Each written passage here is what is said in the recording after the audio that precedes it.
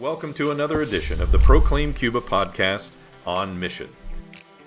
Hello, I'm your host, Andrew Wishmeyer, one of the team members here at Proclaim Cuba. Today on the show, we have a guest who joined us in Cuba for the first time this summer, and we love to have people participate in seeing Cuba with us. So we welcome you to the On Mission podcast, Rhonda Bartel. Thanks for joining us today. Thanks for having me. Well, wonderful. I always start out by just asking people to give us a little bit about their background and their family and their church family, because we all have those. Well, I am married, and I have a couple of children from a previous marriage that live in Austin, and my daughter and son-in-law gave me two beautiful granddaughters. Wonderful. And Brad has two grandsons and son and daughter-in-law in Indiana. And I go to Highland Country Fellowship Church, and it's been a huge blessing. Wonderful. Yes, our church families, we were talking before the podcast just about how our small groups and how our life groups are just really important parts of our life in general, right? We go through life together with those folks, and those become our friends throughout life. So this next question is kind of related to that. So who or what first moved you to be interested in Cuba? I have been part of a life group for a long time. It was my husband's life group. I joined in 12 years ago. And one of the ladies in the group has a huge heart for Cuba, and she has been to Cuba evangelizing many, many times. And every time she came back, she would be totally excited and would share her trip with us. And then Eddie and Lori, another couple in my life group, are also very involved in Proclaim Cuba, and they started inviting me to go to the passport dinner, fundraising dinners, and I met Pastor Carlos. He came to our life group, and I just kind of started getting excited about it. I support a sponsor, a pastor, and that kind of connects you a little bit too. I think it makes you feel a part of it. And so I told Pam, I want to go on a mission trip with you. I want to see what all this excitement is about. And so this trip came up, and Lori said, "Here's your chance. You want to go?" And I'm like, I've been traveling a lot. I've been seeing a lot of other parts of the world. And I thought, yeah, I want to go. I'm going. Oh, fantastic. That's great. Yeah, we often, I know that's how I got started too. In 2004 was that somebody said, how about Cuba? And it became very clear that that's where God wanted me to go. And so that's where I went. So as you got to go, as you saw Cuba with us, and the ministries that we are really working to build under our four pillars, which are evangelism, discipleship, training, and community support. So how did you see God at work in Cuba? I not only saw God working there, I felt it.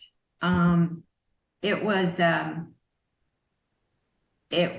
it was more than I ever dreamed. I knew that Cuba was a depressed state, and that the people struggled so hard just to get food on their table, just to get where they're going. Us being out in Cespedes, away from Havana, that you saw very few cars, people walked. If they were lucky, they had a bicycle. But yet when I got to Cespedes and I got to the church there, and I could see the faith, the trust that God is so much a part of their lives and that they depend on him.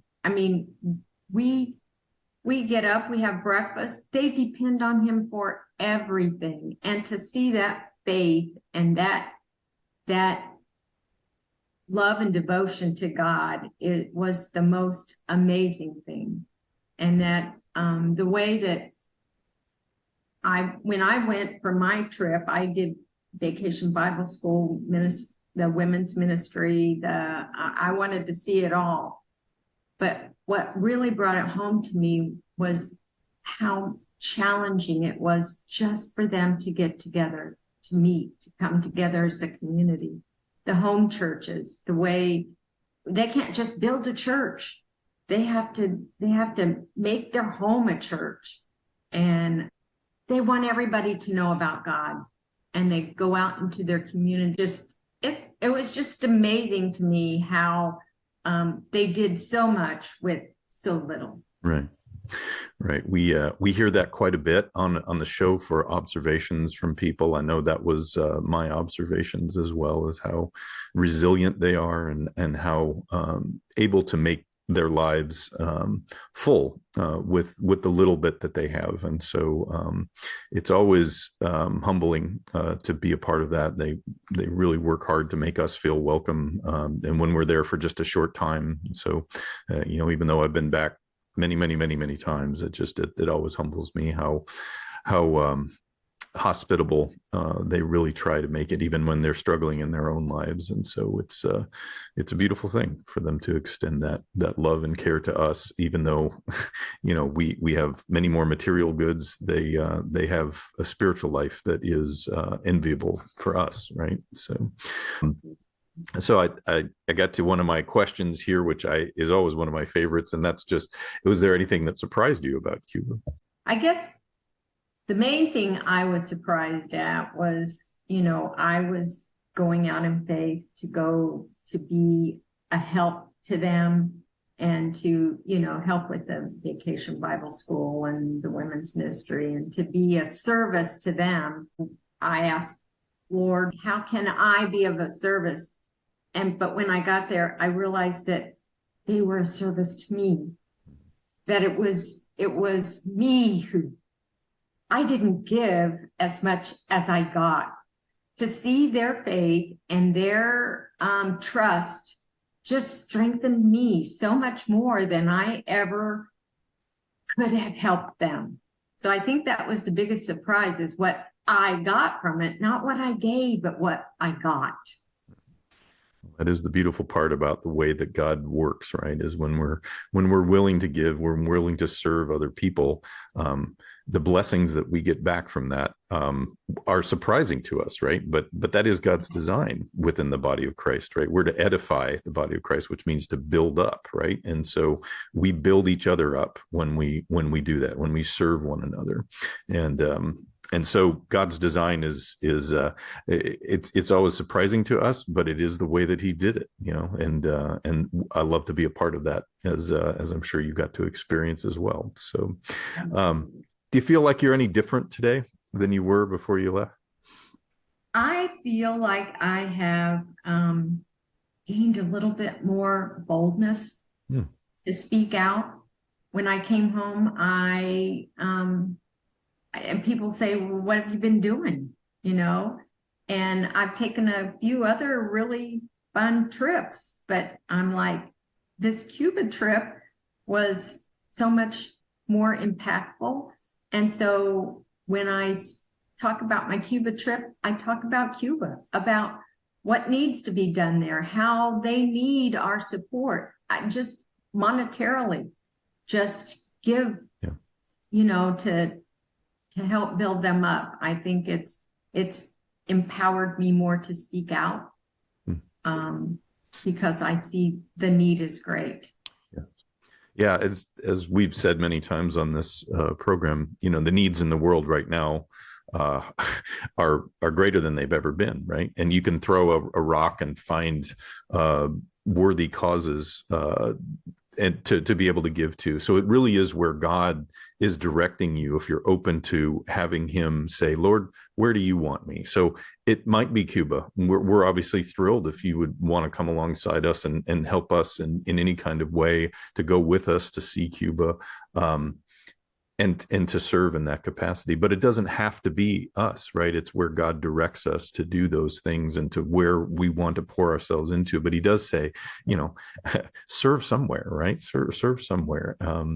And that's always been a part of this program is that we encourage other people to go and serve in their local communities, internationally, if that's where God calls you. But wherever that is, that's an edifying thing to the body of Christ. And so, Ron, I hope that people are encouraged by the fact that you took a step of faith and you said you've traveled, right? You've been over parts of the world, but that this experience has caused you to be more bold in your faith. And so I hope that's an encouragement to our listeners today that's the case. So I hope, Rhonda, my final question is, why do you choose to? You've been to several of our events and you've been to Cuba now itself. So why do you think you choose to continue to support Proclaim Cuba? What is it about our organization that you saw, maybe even about the leadership or about the people involved? Maybe it's the Cubans themselves that has drawn you to want to continue to do that. Well, of course, it's the Cubans. I feel like they're 90 miles from us, and they're 90,000 miles right. from us. But I like the fact that a lot of people partner with Proclaim Cuba. It's not just one element. There's lots of different churches, lots of influx. When I was there, we also visited a building that they are trying to make into a pastor teaching. I'm not quite sure what it's going to be, but that sounds like one of our equipping centers that we're doing. Center. That's the word. Thank you. Sure. And that it takes that there's people on my trip are already, their wheels are turning. How are we going to what can we do? How are we going to do this? And people it's such a big effort of a lot of people from a lot of different backgrounds. I love that it's not just one particular organization, but they have a lot and there needs to be more. I mean, it's just, I think it's the way that it works. And of course, I have a real heart for Pastor Carlos. Oh, that's very, very sweet. Yes, Pastor Carlos been having this vision for 32 years, and it's amazing to see how God's been faithful to that vision of reaching Cuba for Christ and the nations. Right, it goes beyond that, and God's been very faithful to that. He's been to other parts of the world. He got to just recently to preach 5 sermons in Panama as he went to go get his visa to try and come to the United States. And so that just all came about because of God's connections for us. So it is wonderful to see how that pastoral leadership on his part is now being transferred to the other pastors. He's been discipling for years, right? But now as we look to build these equipping centers, and we just closed on the first one in Havana. So we're very, very excited about that. That happened yesterday, in fact. So we've now obtained the building, and now we need to do the renovations for that. But that's just a very exciting first step down this road of planting those equipping centers in all 15 of the provinces. And so that's going to be a big undertaking, but God has just shown us that this is a way to help those local communities be able to reach out even more. We're going to have clinics, medical clinics. We're going to have spaces for Bible study, places for the seminary classes to meet, Bible studies for the class to meet. We're going to have a church in each one of those as well. So it will just be a beacon of light in their communities, and able for all kinds of different churches, not even ones that are necessarily connected to us, but just a blessing for those areas. And so we really feel like that's our vision for the next 10 years, to plant those things. So as always, you can find us on proclaimcuba.org. That's our website. You can find out everything that's going on there. If you'd like to subscribe to our newsletter, just go to the bottom of that page and you'll find a sign up for that. The first 3 emails you'll get will be information about who we are as a ministry. And that'll just give you an introduction as to the things that are going on within our ministry, because we've done 16 trips to Cuba this year and we'll continue to do more. And you can be a part of that as well. So just feel free to reach out to us and let us know. And just like Rhonda, the next thing you know, you'll be seeing Cuba with us. So Yeah. any final words, Rhonda, that you thought of, or we can wrap things up? So. Well, I'm really looking forward to going back again next year. Excellent. And I'm kind of building a little team to go with me. So I want other people to experience those same things. All right. So, yeah. That's wonderful. So you'll get to have some of your friends go down there and see Cuba and embrace it. Thank you, Rhonda. Thank you for being bold, for stepping outside of your comfort zone to go and do some things for the Lord, and for sharing that with other people as well. So we'll wrap things up, and we'll see you next time on the Proclaim Cuba on Mission podcast. Thank you so much. I've enjoyed it.